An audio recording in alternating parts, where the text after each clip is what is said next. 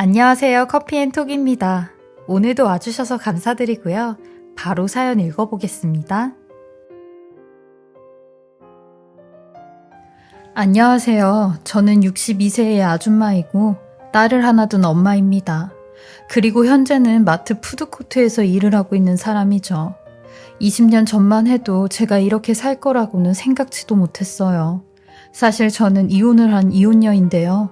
이혼을 하기 전에 저는 나름 능력 있는 전남편의 덕을 보며 편하게 잘 살았어요.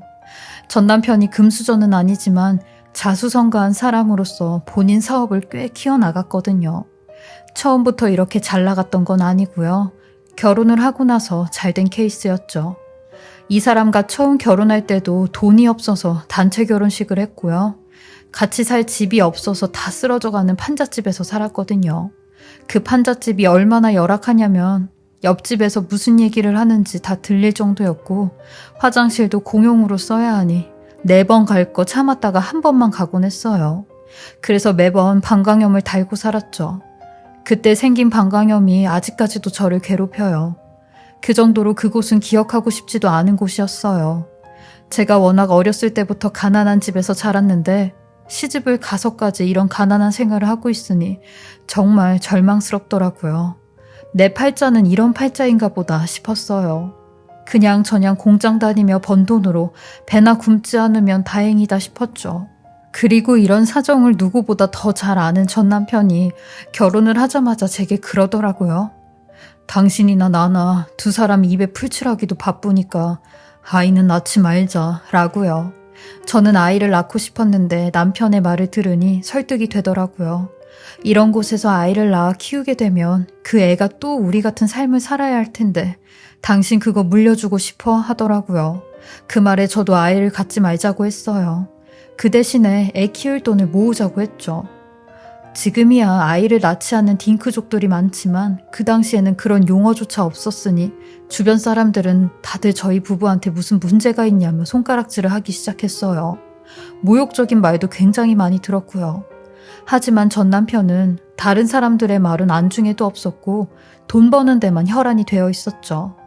저는 이런 전 남편의 열의에 말없이 뒤에서 뒷바라지를 했고 빵꾸가 나는 돈은 졸린 눈을 비벼가며 야간 작업을 해서 채워 넣었어요. 이런 제 노력이 있었기에 전 남편도 편하게 사업을 할 수 있었던 거죠. 이렇게 지독하게 살다 보니까 결혼한 지 딱 10년 만에 전 남편은 사업을 성공시켰어요. 마침 7, 80년대가 건설업이 가장 호황을 했던 때였는데 전 남편도 건설업으로 돈을 꽤 많이 벌었어요. 정말 개천에서 용이 난 케이스였는데 사업이라는 게 한 번 날개를 뻗치니까 걷잡을 수 없이 커지더라고요. 전 남편의 회사 이름으로 건물도 짓고 대기업 건설업체랑 손을 잡아 주택시장에도 이름을 날리기 시작했어요. 저는 이렇게나 빨리 안정된 삶을 살 줄 몰랐어요. 그때가 제 나이 고작 34살이었는데 내노라 하는 사모님들과 같이 식사도 하고 운동도 다니고 쇼핑도 다녔으니까요. 꿈만 같았죠. 전 남편은 이런 제게 거봐, 내가 당신 사모님 소리 듣게 해준다고 했지? 나 약속은 지킨 거다 라며 아주 어깨를 으쓱거리는데 저도 이런 전 남편이 마냥 사랑스러웠어요. 돈이 뭔지 여유가 생기니까 부부 사이도 좋아지고 금실도 두터워지더니 12년 만에 임신을 하게 되었어요. 자식은 낳지 말자고 했던 저희 부부에게 금쪽 같은 딸이 찾아오게 된 거죠. 그토록 원했던 아이였는데 제품으로 오게 되었어요. 이로써 저희 가족은 남부러울 것 없는 가족이 되었고 이대로 쭉 행복하기만 하면 된다라고 생각을 했어요. 하지만 이런 저의 바람과는 다르게 승승장구하는 남편에게 여자가 하나둘씩 붙기 시작했어요. 남자가 돈이 많으면 여자가 붙는다고 어디서 다들 냄새를 맡고 저희 남편에게 찝쩍대기 시작했죠. 아저씨인 남편은 점점 멋있게 늙어가는데 아줌마인 저는 왜 이렇게 초라하게 늙어가는지 남편에게 점점 처음 맡아보는 여자의 향수 냄새가 났고 심지어는 새벽에 집 앞에 누가 찾아왔다며 그 사람을 만나고 오겠다고 나갔어요. 그리고 그 다음날 남편의 차에서 여자 립스틱이 발견이 되었죠. 저는 그 모든 걸 보고도 못 본 척 했습니다.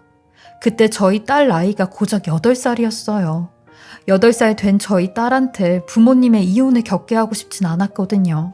저는 어떻게든 이 가정을 지켜야겠다고 생각했고 남편이 밖으로 나돌 때마다 딸아이의 핑계를 대며 집으로 돌아오게 만들었어요. 남편이 어마어마한 딸바보여서 딸 핑계 대는 게 제일 직방이었거든요. 이런 남편을 못 나가게 집에 붙여놓으려고 딸한테도 정말 미안한 행동을 많이 시켰는데 아프지도 않은 아이에게 아픈 척 연기를 하라고 했어요. 심지어는 따뜻한 수건을 얼굴에 대고 있다가 아빠가 오시면 열이 난다고 하라고 시켰죠. 제 욕심에 딸에게 못할 짓도 많이 해서 죄인 같았어요. 하지만 이런 제 노력에도 남편은 대놓고 절 무시하는데 얼마 안 돼 그 상간녀가 직접 지 발로 저희 집에 들어왔어요. 도대체 내 얘기를 어떻게 들었길래 나를 얼마나 만만히 봤길래 저딴 행동을 하나 싶어 그 상간녀가 들어오자마자 손에 잡히는 대로 집어던지며 아수라장을 만들었어요. 그러니 남편놈은 저를 내치며 상간녀를 보호하더라고요. 그런 남편놈에게 여자에 미쳐도 정도껏 미쳐야지. 네 딸뻘 되는 애랑 지금 뭐 하는 거야? 라고 했어요. 우리 아진이한테 부끄럽지도 않냐고 소리를 질렀죠.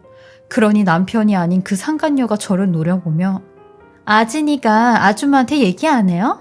며칠 전에 나랑 같이 밥 먹었다고. 나나 우리 오빠나 아진이 앞에서 한 점 부끄러움도 없는 사람들이에요. 내가 아줌마보다 우리 아진이 더 잘 키울 수 있다고요. 아진이가 저한테 다 일렀는데 맨날 엄마가 아픈 척 연기하라고 시킨다고 하던데 아줌마 그거 법정에서 아주 불리한 건 알고 있어요? 요즘 어리 나가서 애도 제대로 안 본다면서 그게 무슨 엄마야 엄마는. 당신은 아진이 엄마 자격도 없는 사람이야. 그러니까 그냥 포기하고 이만 우리 오빠랑 이혼하라고 라고 하는데 그 상간녀의 말에 뒤통수를 한 대 얻어맞은 듯한 기분이었어요. 남편놈도 모자라 내 하나밖에 없는 딸까지 나를 버렸다니 그 상실감은 이루 말할 수도 없었죠. 남편놈은 아무런 말도 하지 않은 채 바닥에 있는 저를 쳐다만 봤고 저는 그런 남편을 몇 번이나 잡았어요. 화도 내고 울어도 보고 사정도 해보았어요. 하지만 눈 하나 깜짝하지 않더라고요. 우리 아진이가 이제 막 초등학교에 들어가는데 어떻게 이런 어린애를 두고 가정을 버리려고 하냐며 당신 지금 저 악마 같은 엑스한테 빠진 거라고 얼른 헤어나오라고 했어요. 제발 우리 가정만은 지켜달라고 했죠. 근데 남편놈은 제 손을 놓으며 이제 그만 이혼하자 라고 하는 겁니다. 그리고 그 상간녀를 데리고 나가는데 그 상간녀 뒤를 돌아 저를 쳐다보며 아주 사악한 미소를 짓더라고요. 그렇게 저는 남편과의 질긴 소송을 끝으로 이혼을 하고 말았어요. 저한테 남겨진 건 아무것도 없었죠. 그리고 그 당시엔 간통죄가 있었을 텐데 간통의 행위를 증거로 잡지 못해 소를 제기할 수가 없었어요. 저는 정말 억울하게 자식도 뺏기고 남편도 뺏기고 돈마저 제대로 받지 못한 채 쫓겨나게 되었어요. 소위 말하는 사모님들 사이에선 저희 부부의 이혼 소식이 빠르게 퍼져나갔고 자존심이 무척 강한 저는 어디 나가서 일조차 하지 못했어요. 배운 건 없고 그동안 남편 덕에 편하게 살았고 돈도 벌지 몰랐죠. 그땐 정말 영원히 깨어나지 않았으면 좋겠다는 극단적인 생각까지 했어요. 하지만 이런 상황에서도 배는 고파 밥벌이는 해야겠더라고요. 그렇게 시작한 일이 마트 캐셔 일이었는데 그 동네 근처에서 일을 하다 보니 아는 사모님을 만나게 되었는데 남편끼리 서로 친해 자주 알고 지낸 사이였죠. 그 사모님은 저의 초췌해진 얼굴을 보며 안쓰럽다는 듯이 쳐다보셨고 저는 진짜 어디 쥐구멍이라도 들어가고 싶은 심정이었어요. 근데 그 사모님이 먼저 잠깐 얘기 좀 하자고 하더라고요. 그렇게 그 사모님을 통해 여러 가지 얘기를 듣게 되었는데 그 전 남편의 상간녀가 아주 기고만장해서 돌아다닌대요. 동네에서도 소문이 자자하다는데 지인들끼리도 대놓고 욕을 해도 들어먹지도 않는데요. 어떻게 철면피를 깔아도 그런 철면피를 까냐고 하셨죠.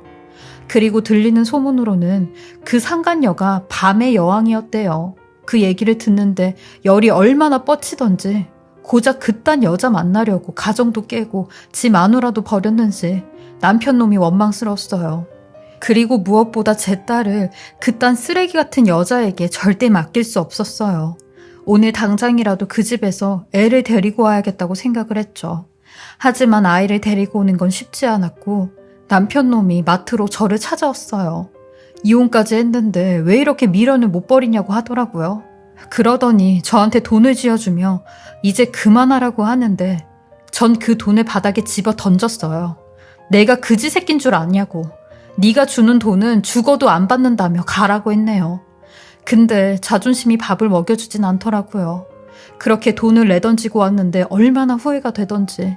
저 돈이면 몇 달 월세는 거뜬히 낼 텐데 하며 후회가 됐어요. 그리고 2년 정도 지났을까요? 제 딸이 한겨울에 혼자서 저를 찾아왔어요.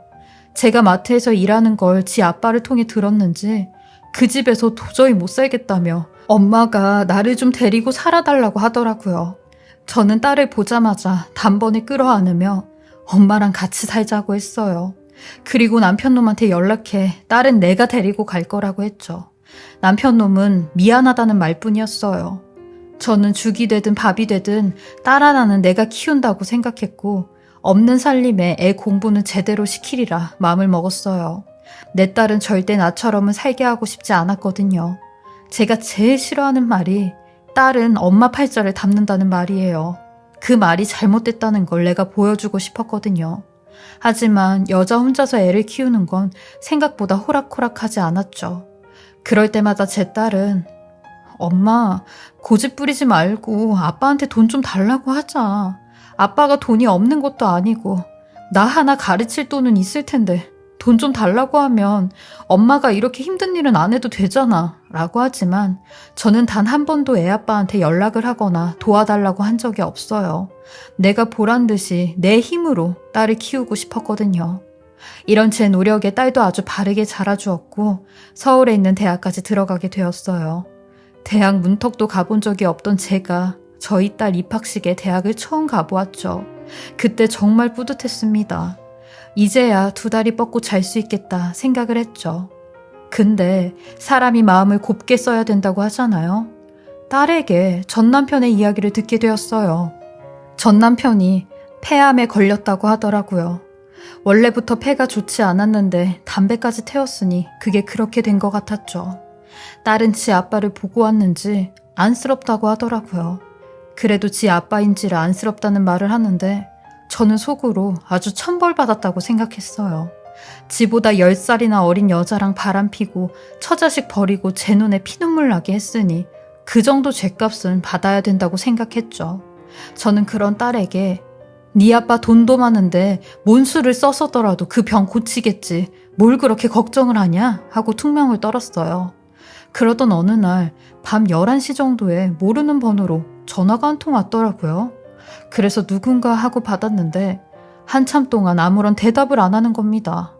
저는 잘못 건 전화인 줄 알고 끊으려고 하니 그제서야 대답을 하는데 전 남편이었습니다. 자기 아픈 소식 들었냐며 지금 많이 힘들다고 하는데 어이가 없었어요. 나이 들고 아프니까 본처 생각이라도 나는 거냐며 네가 진짜 사람이냐고 소리를 질렀어요. 어딜 양심도 없이 전화를 거냐고 네 그 어린 엑스한테나 징징대라고 욕을 한 바가지 하고 끊어버렸어요. 그리고 며칠 뒤 전 남편은 제가 일하는 곳까지 찾아와 제 앞을 서성거렸어요. 맘 같아선 물 한 바가지를 붓고 싶었는데 제 직장인기도 하니 그럴 수도 없었고 속만 끓고 있었죠. 전 남편 놈은 제가 조리한 음식을 다 먹고 나서 식기를 반납하며 당신 손맛 그대로네. 이 밥 먹고 싶어서 찾아온 거야. 아주 맛있게 잘 먹었어. 라며 유유히 사라지더라고요. 그게 전 남편의 마지막 모습이었어요. 그렇게 전 남편은 제가 일하는 곳을 왔다 간 후 얼마 안 돼 또 전 남편의 번호로 전화가 왔는데 저는 전화를 받자마자 악다구리를 하며 왜 또 전화했냐고 내가 그렇게 우스워 보이냐고 소리를 질렀죠. 그러니 상대방은 전 남편이 아닌 전 남편의 변호사였어요. 그 변호사는 제게 오늘 새벽 4시에 황 사장님께서 운명을 하셨습니다. 그래서 지금 모 대학병원 장례식장에 계세요. 라고 하며 마지막 가시는 길 보셔야 되지 않냐고 하는 겁니다. 이 변호사도 오지랖이지. 지가 뭔데 저한테 장례식장에 오라 마라 하나 했어요. 저는 이 소식을 제 딸에게 전했고 딸은 대성통곡을 하더라고요. 그렇게 딸은 그 소식을 듣자마자 바로 병원으로 갔고 저는 혼자 다녀오라고 했어요. 그날 저도 얼마나 마음이 뒤숭숭한지 직장에서도 실수를 계속 하더라고요. 제 마음이 편치 않으니 일도 손에 안 잡혔어요. 그리고 장례 마지막 날 퇴근을 하고 늦게 혼자 장례식장을 찾아갔죠. 장례식장에 가니 그 불려오가 상주로 손님을 맞고 있었고 옆에 웬 남자가 서 있는데 그 남자는 절 보며 오셨냐고 와주셔서 너무 감사하다고 하는 겁니다. 저는 그 사람을 모르는데 그 사람은 저를 아는 듯 했어요. 알고 보니 저한테 연락을 했던 변호사더라고요. 그 불려오는 절 보자마자 네가 이 여자 불렀냐며 여기가 어디라고 이 여자를 오게 하냐고 사람들 많은 데서 그렇게 쥐잡듯이 그 변호사를 잡더라고요. 늙어서도 그 더러운 성격 어디 안 가는구나 싶었어요. 그러니 그 변호사는 저와 그 불려우 그리고 제 딸까지 불러 아버지가 남기신 유언장을 공개하겠다고 하는 겁니다. 아버지라는 말에 저는 고개를 갸우뚱했어요.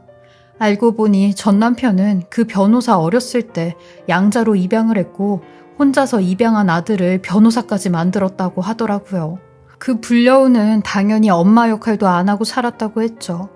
유언장 공개한다는 말에 그 불려우는 아니 무슨 이 사람들까지 불러서 유언장을 공개해? 우리 오빠가 다 나한테 주고 간다고 했는데 무슨 유언장이 있어? 라고 하는데 그 변호사가 아버지께서 가족분들이 다 모인 자리에서 공개하라고 했다며 아버지의 말씀을 토대로 이 자리에서 공개를 하겠다고 하는 겁니다. 그렇게 전 남편의 유언장이 공개가 되었고 저는 그 유언장 내용을 듣고는 그야말로 경악을 금치 못했어요. 유언장의 내용은 이러했는데 그동안 아진이 엄마한테 미안했다. 내가 아진이 엄마 가슴에 대못을 박아 이런 벌을 받고 있는 모양이라고 했어요. 이제라도 저한테 사죄를 하는 마음이라고 하며 이 모든 재산을 내 딸 황아진에게 부여하겠다라고 하는 겁니다. 내 아들 황기남은 그동안 키워주고 변호사까지 만들어 주었다는 감사함에 나로부터 유산 상속을 받지 않겠다고 말했으며 나와 법적으로 부부가 아닌 박란이는 내 재산과 혼인신고를 빌미로 30년 동안 내 옆에 붙어 아첨을 떨고 뒤에서는 다른 짓을 하고 다닌 결과 사실혼 배우자인 박란이에게 상속권은 없음을 밝히겠다라고 하는 겁니다. 결국 그 모든 재산은 저희 딸에게 상속이 되어지는 거죠. 그 말을 듣고 저도 놀랬고 저희 딸도 놀랬어요. 그 불려오는 그 소리에 장례식장이 떠나갈 듯이 난리를 치며 그 인간 다 이런 계획이 있어서 여태까지 나랑 혼인신고도 안 하고 지 옆에 붙어둔 거라며 어떻게 나한테 이런 뒤통수를 칠 수 있냐고 그 변호사의 멱살을 잡는 겁니다. 그러면서 니네끼리 다 한패 아니냐고 내 돈 내놓으라고 하는데 그 변호사가 불려우를 떼어내며 제가 이분들과 한패였다면 저도 유산 상속을 받았겠죠. 근데 저는 아버지에게 그동안 받은 게 너무나 많아서 유산까지 탐내는 건 말도 안 된다고 생각한 겁니다. 저나 새어머니나 그동안 얼마나 호화롭게 살았나요? 근데 저분들은 저희가 호화롭게 살 동안 돈에 허덕이시며 어렵게 사신 분들이세요. 그러니까 당연히 저분들이 아버지 유산을 가져가셔야 되는 게 마땅한 일이죠. 그리고 새어머니가 여태까지 아버지랑 살면서 단 한 번이라도 제대로 된 아내의 노릇을 해본 적이 있으세요? 아버지한테 받은 돈으로 다른 남자한테 쓰고 다니신 거 아버지도 다 알고 계셨어요. 근데도 당신을 데리고 사신 거라고요. 그러니까 욕심 그만 부리세요. 라고 하더라고요. 그 불려오는 바닥에 드러 누우며 내가 니들 가만히 안 둬. 나도 변호사 고용해서 그 돈 다 받아올 거야. 라고 하는데 법적으로도 혼인신고하지 않은 동거녀나 사실혼 배우자는 상속권이 없다고 하더라고요. 게다가 전 남편의 유언장에도 그런 언급이 없었으니 전부 제 딸이 상속을 받는 게 맞다고 했죠. 딸은 저를 끌어안으며 엄마, 그동안 고생 너무 많았어. 그래도 아빠가 엄마랑 나를 버린 게 아니었나 봐. 우리 이제 그 지하실 집에서 나올 수 있겠다 라며 엉엉거리고 울더라고요. 전 남편의 양아들인 변호사도 본인 얘기를 쭉 하며 자기가 고아원에서 살 때 아버지가 고등학생인 자기를 양자로 받아주시고 모든 걸 다 바쳐서 변호사까지 만들어 주었다고 하더라고요. 이렇게 밥벌이까지 하게 해주셨으니 저는 더 이상 바랄 게 없다고 하는데 이 변호사도 사람이 참 된 사람이더라고요. 그러면서 아버지께서 살아계셨을 때 사모님 얘기를 자주 하셨다고 항상 미안한 마음으로 사셨다고 하는데 저한테 그동안 고생 많으셨다고 하더라고요. 희비가 교차되는 순간이었어요. 마음이 참 이상하더라고요. 그렇게 전 남편의 유언장 공개와 동시에 전 남편은 영영 저 세상 사람이 되었고 딱 한 달이 지나 그 상간녀 불려우가 저한테 빌붙기 시작했어요. 언니 소리를 해대며 언니, 그때는 내가 제정신이 아니어서 언니한테 물불 안 가리고 잘못했는데 그거 사과하려고 왔어요. 언니, 우리 남편 잃은 사람들끼리 잘 한번 지내봐요. 제가 언니를 가족처럼, 아니 가족보다 더 가족처럼 모실게요. 라고 하는데 전 그런 불려우한테 필터링 없이 다 얘기했어요. 예, 너 돈 때문에 이러는 거 다 알아. 나 그 돈 죽을 때까지 전부 다 쓰고 갈 거야. 너한테는 콩고물 하나도 안 떨어진다고. 그리고 너는 여태까지 그 돈으로 잘 살았잖아. 그럼 너도 똑같이 한번 힘들어도 봐야지. 그래야지 공평하지. 어딜 염치도 없이 이렇게 찾아와서 빌붙으려고 해? 너 일할 데 없으면 내가 일했던 마트 푸드코트에서 자리 알아봐 줄게. 이젠 그 자리가 네 자리가 될 테니까. 라며 소금 한 바가지 뿌리기 전에 꺼지라고 했어요. 정말 이렇게 염치가 없는 사람은 처음 봐요. 그러니 남의 남자까지 뺏고 이런 벌까지 받게 된 거겠죠. 저는 전 남편에게 받은 유산으로 저희 딸 학비부터 한 번에 다 갚았어요. 딸이 사회생활 하는데 깨끗하게 돈 걱정 없이 시작했으면 하는 바람에요. 그리고 20년 넘게 일했던 마트 푸드코트 일은 그만두게 되었어요. 그러면서 고질병처럼 아팠던 허리 치료를 하러 침을 맞으러 다니죠. 옛날에는 침 맞는 것도 아까워서 한의원에 가지도 못했는데 지금은 치료하면서 집에서 늦게까지 잠도 자보고 주말에는 딸이랑 맛있는 것도 먹으러 다니곤 해요. 한평생 일만 하다가 갑자기 집에서 놀게 되니까 많이 어색하긴 한데 몸이 어느 정도 치료가 되면 몸에 무리가 가지 않을 정도로만 봉사도 하고 어려운 사람들도 돕고 하려고요. 전 남편에게 받은 이 소중한 재산을 다른 사람들과도 더불어 나누며 살아야겠다는 생각이 들었거든요. 그래도 다행히 제 말년은 편안한 말년이 될 것 같아요. 전 남편이 준 재산 잘 지키며 우리 딸 시집도 보내고 나중에 손자 손녀도 보는 게 제 작은 바람입니다. 지금까지 저의 인생 이야기 들어주셔서 감사하고요. 다들 건강 챙기시며 가정과 삶의 평안과 행복이 가득하시길 바라겠습니다. 지금까지 커피앤톡이었습니다. 오늘도 제 채널을 봐주셔서 감사합니다. 저는 다음 영상으로 또 찾아뵙겠습니다.